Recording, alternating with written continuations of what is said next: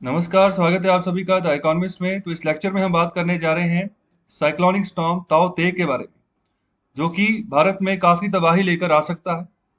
तो अभी इसी के बारे में मिनिस्ट्री ऑफ अर्थ साइंसेज की रिपोर्ट आई है।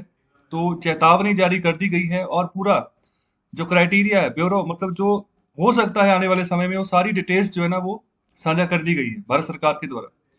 तो ये सारी जानकारी, ये सारा जो महकमा है, ये मिनिस्ट्री ऑफ अर्थ साइंस के अंतर्गत काम करता है। जब भी हम यहाँ पर बात करते हैं वेदर फोरकास्टिंग की, हमारा जो इंडियन मेट्रोलॉजिकल डिपार्टमेंट है, ओके, चाहे हम बात करें नेशनल वेदर फोरकास्टिंग सेंटर की, तो ये सभी जो है मिनिस्ट्री ऑफ अर्थ साइंसेज के अंदर ही काम करते हैं। तो अभी कह रहे हैं कि जो ये साइक्लोनिक स्टॉर्म ताऊ ते है, ये बहुत ही जल्दी जो है ना सेवर साइक्लोनिक स्टॉर्म में तब्दील हो जाएगा आने वाले 6 घंटों में। उसके बाद वेरी सेवर साइक्लोनिक स्टॉर्म में ये कन्वर्ट हो जाएगा आने वाले 12 घंटों में। तो ये दोनों की दोनों जो कंडीशंस होती हैं बहुत ही भयानक होती हैं। इसमें ऐसा होता है कि जितना ये आगे बढ़ता जाएगा ना, तो उतनी इसकी स्पीड जो है वो यहाँ पर प्रति घंटे के हिसाब से बढ़ती जाएगी। तो जो कि हमारे यहाँ पर जो हमारा नॉर्थ नॉर्थ वेस्टवर्ड्स और जो क्रॉस गुजरात जो कोस्ट है ना, मतलब वहां पर अगर पोरबंदर की बात करें, नालिया की बात करें, तो यहाँ पर 18 मई की इवनिंग या दोपहर को अच्छी खासी तबाही यहाँ पर मचा सकता है। तो ये डाटा दिया गया है National Weather Forecasting Centre of India Meteorological Department. Okay, तो इसके तहत यहाँ पर बात कही जा रही है। तो अभी जो जैसे मैंने बात बोली है कि 18 तारीख तक यहाँ पर इम्पैक्ट देखने को मिलेगा। ओके, तो अभी जो इसकी स्पीड, जिस स्पीड से आगे बढ़ रहा है, तो यहाँ पर 11 किलोमीटर पर आवर के हिसाब से यहाँ पर है। वो जो पिछले यहाँ पर 6 घंटे गुजरे हैं, उस हिसाब से इतनी स्पीड थी। ओके, लेकिन अब जितना ये आगे बढ़ेगा, ओके, तो उस हिसाब से अभी ये उतनी यहाँ पर इसकी स्पीड जो है ना, इसमें भी तब्दीली जो है आनी शुरू हो जाएगी। और यहाँ पर अरेबियन सी में से ये निकल रहा है। तो इसका यहाँ पर इसका लैटिट्यूड लॉन्गिट्यूड पूरा शेयर किया हुआ है, और भारत के मैप में भी मैं आपको इसके बारे में बताऊंगा। तो अभी north west of Amindivi island जो है हमारे वहां से इतना किलोमीटर, 180 किलोमीटर दूर है अभी। और यहाँ पर 330 किलोमीटर अभी south south west of Panaji Goa, मतलब गोवा। ओके, इसके अलावा हम बात करें यहाँ पर गुजरात की, ओके, इसके अलावा अगर बात करें कराची पाकिस्तान की, तो अभी यहाँ पर उनकी दूरी बताई हुई कि अभी इतना इतना दूर है। ओके, लेकिन ये बहुत जल्दी 18 तारीख तक इनके पास पहुंच जाएगा। ओके, तो अभी आने वाले कुछ समय जो है ना काफी भयानक होने वाले हैं। तो अभी ये देखो, ये पूरी की पूरी यहाँ पर स्ट्रेटेजी, यहाँ पर स्पीड लिमिट होती है। देखो, यहाँ पर जैसे ये बात कर रहे हैं, ये 15 तारीख से शुरू कर रहे हैं। ओके, और 15 तारीख से लेके ये पूरी अगले 2-3 दिन की पूरी रिपोर्ट इन्होंने बता दी है कि क्या क्या किस कंडीशन में मतलब ये आगे बढ़ेगा। तो अगर देखो मैक्सिमम स्पीड इसकी कितनी आने वाली, विंड स्पीड जो है वो कितनी आने वाली है किलोमीटर पर आवर के हिसाब से, तो उसी के हिसाब से ये यहाँ पर ना कैटेगरी बांटी होती है। तो उसको याद, थोड़ा ध्यान रखें इसको। देखो कौन सी स्पीड में कौन सी कैटेगरी होती है, इसके बारे में आपको पता होना चाहिए। ओके, जब देखो शुरुआत में यहाँ पर 75 to 85, और मतलब ज्यादा से ज्यादा मतलब जितनी तेजी से ये जाएगा मैक्सिमम 95। तो ऐसी जो यहाँ पर गति होती है 95 किलोमीटर पर आवर के हिसाब से, अगर स्पीड है विंड की, ये बहुत ज्यादा स्पीड होती है। ओके, तो उसको हम साइक्लोनिक स्टॉर्म बोलते हैं। लेकिन जब ये आगे बढ़ेगा, 95 से एक्सीड करेगा, ओके, तो 105 तक ये जाएगा, तो उसको सर्वर साइक्लोनिक स्टॉर्म कहेंगे। और आगे यहाँ पर मैक्सिमम 135 तक भी जाएगा, तब भी इसको सर्वर साइक्लोनिक स्टॉर्म ही कहते हैं।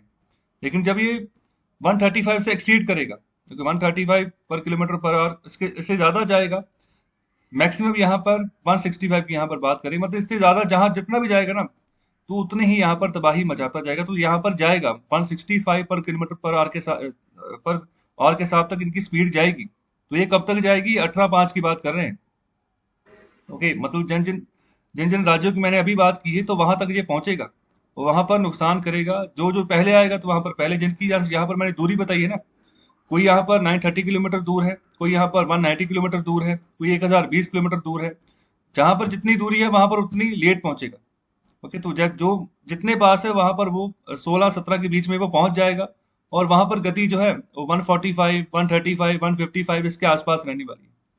ओके, तो ये पूरी स्पीड स्पीड के बारे में यहाँ पर चर्चा की गई। तो यहाँ पर क्या क्या कैटेगरीज होती है इसके बारे में आपको पता होना चाहिए। आगे बढ़ते हैं। इसके अलावा यहाँ पर वार्निंग्स दे दी गई है भारत सरकार के द्वारा, रेनफॉल की वार्निंग्स लक्षद्वीप आइलैंड्स को, केरला, तमिलनाडु। ओके, इसके अलावा जो घाट डिस्ट्रिक्ट, जो ईस्टर्न घाट के आसपास के जो यहाँ पर एरिया वाले जो डिस्ट्रिक्ट है ना, वहां पर उनको चेतावनी दे दी गई है। और इसके अलावा बात करें Karnataka, Konkan and Goa, Gujarat and west Rajasthan. West Rajasthan को भी बोला गया कि वहां पर मॉडरेट रेनफॉल जो है कुछ प्लेसेस में हो सकता है। ओके, तो यहाँ पर हैवी में तब्दील हो सकता है, वेरी हैवी रेनफॉल भी यहाँ पर राजस्थान में कुछ प्लेसेस में 18 और 19 मई को देखने को मिल सकती है। जैसे ये तूफान बढ़ेगा ना, तो जो हमारा वेस्टर्न फ्रंट है ज्यादातर, उसके ऊपर ज्यादा इम्पैक्ट पड़ता हुआ नजर आ रहा है। ओके, तो अब देखो, लक्षद्वीप की बात कर लें, केरला की बात कर लें, ओके, तो कर्नाटक की बात कर लें, कोंकण गोवा की बात कर लें, गुजरात की बात कर लें, वेस्ट राजस्थान की बात कर लें, तो सारा का सारा वेस्टर्न फ्रंट है भारत का, जो कि ज्यादा प्रभावित होगा। और तमिलनाडु का भी जो घाट वाला एरिया है, तो उसको यहाँ पर ज्यादा प्रभावित होना, यहाँ पर उसके बारे में बात की जा रही है। और अलग अलग डेट्स के हिसाब से यहाँ पर जानकारी दे दी गई है। ओके, तो आगे यहाँ पर बात कर रहे हैं विंड वार्निंग, मतलब जो हवा की जो तेजी है, अभी इसकी भी वार्निंग दे दी गई है कि अभी जैसे हमने अभी पढ़ा है कि कितनी गति मैक्सिमम 165 पर किलोमीटर पर आवर के हिसाब से यहाँ पर जा रही है स्पीड। ओके, तो अभी ये बहुत ज्यादा स्पीड है। तो इसके रिगार्डिंग भी अभी अलग अलग राज्यों को बता दिया गया है, जो जानकारी जो है वो शेयर कर ली गई है। और इसके अलावा यहाँ पर जो सी कंडीशन क्या रहेगी, क्या मतलब यहाँ पर पानी में उछाल जो आता रहेगा या नहीं आएगा, या कितने बड़े पैमाने पर जो है इस तरह की गतिविधि जो है यहाँ पर साइक्लोन के प्रभाव प्रभाव में यहाँ पर पानी की देखने को मिलेगी। तो अभी उसी के बारे में भी यहाँ पर बात कर रहे हैं। और इसके अलावा बात करें फिशरमैन, उनको भी वार्निंग दे दी गई है, क्योंकि ज्यादातर जो कोस्टल राज्य है, महाराष्ट्र हो गया, केरला हो गया, गोवा हो गया, कर्नाटक हो गया, जो कि अरेबियन सी में अक्सर जाते हैं। ओके, और इसके अलावा बात करें जो डैमेज की यहाँ पर बात करें कि कहाँ कहाँ डैमेज हो सकता है, तो डैमेज की यहाँ पर बात कर रहे हैं देवभूमि द्वारका, कच्छ हो गया, पोरबंदर हो गया, जूनागढ़ हो गया, गिर सोमनाथ, जामनगर, तो ये सभी के सभी इलाके जो है गुजरात के अंदर पड़ते हैं। तो गुजरात को हैवी डैमेज यहाँ पर होता हुआ यहाँ पर नजर आ रहा है, जो यहाँ पर बात कही जा रही है। ओके, तो अभी कह रहे हैं कि जो इस यहाँ पर जो डैमेज भी है किस तरीके से आएगा, यहाँ पर जो कच्चे हाउस हैं, ओके, यहाँ पर जो पक्के हाउस हैं, तो उनको उन तक भी यहाँ पर जो है पोटेंशियल है कि वो मतलब नुकसान उनको हो सकता है, अगर कोई यहाँ पर कोई भी फ्लाइंग ऑब्जेक्ट अगर उनको लगता है।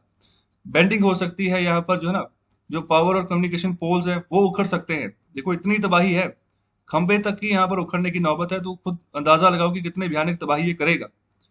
और इसके अलावा यहाँ पर मेजर डैमेज पहुंचेगा यहाँ पर जो जो कच्चे और यहाँ पर पक्के रोड है। ओके, यहाँ पर फ्लडिंग भी यहाँ पर जो है ना, उसके बारे में भी यहाँ पर बात कर रहे हैं। माइनर डिसरप्शन यहाँ पर रेलवे और यहाँ पर जो ओवर एंड पावर लाइन्स है उनको यहाँ पर जो है बढ़ती हुई नजर आ रही है। और यहाँ पर जो साल्ट पैन है, ओके, स्टैंडिंग क्रॉप, उन सबको नुकसान होगा। ओके, तो ज्यादातर यहाँ पर नमक भी जो है गुजरात में ही पाया जाता है। गुजरात जो है नंबर 1 पे है साल्ट प्रोडक्शन में। दूसरे नंबर पर कौन है, तीसरे नंबर पर कौन है, इसका आंसर करें कमेंट बॉक्स में।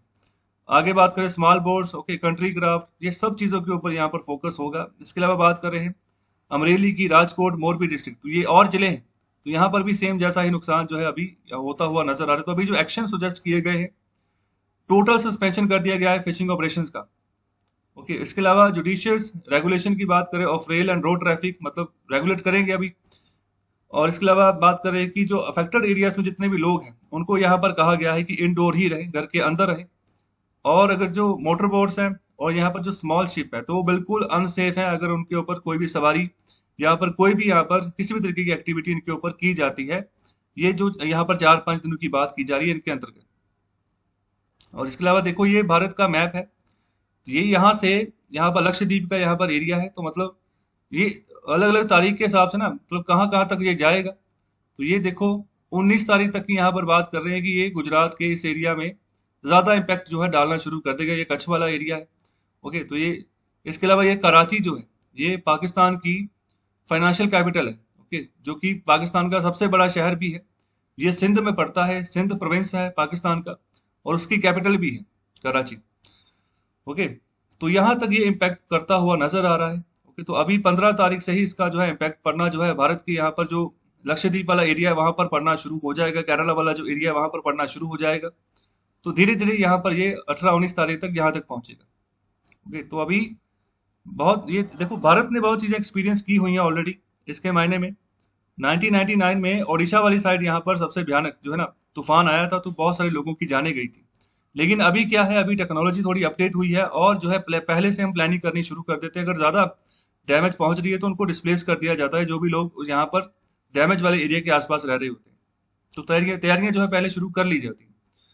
और इसके अलावा एक बात और मैं यहाँ पर बता दूं, ज्यादातर जो यहाँ पर तूफान आते हैं भारत में, वो बे ऑफ बंगाल की ओर आते हैं। अरेबियन सी में बहुत कम तूफान आते हैं। ओके, तो वो भी इतने डैमेज करने वाले भी बहुत कम आते हैं। ओके, जितना कि अभी ये देखने को मिल रहा है। ज्यादातर जो भी तबाही मचती है वो यहाँ पर हमारे ईस्टर्न फ्रंट पे मचती है, वो भी बे ऑफ बंगाल में जो तूफान उठते हैं उनकी वजह से। तो यहाँ पर एक क्वेश्चन और है कि जो मस्कट लिखा हुआ है ना, ये किसकी कैपिटल है? इसका आंसर करें कमेंट बॉक्स में। तो यहाँ तक इतना ही लेक्चर है। कैसा लगा लेक्चर? लेक्चर को लाइक करें, सब्सक्राइब करें, शेयर करें इस लेक्चर को। बहुत बहुत शुक्रिया, धन्यवाद।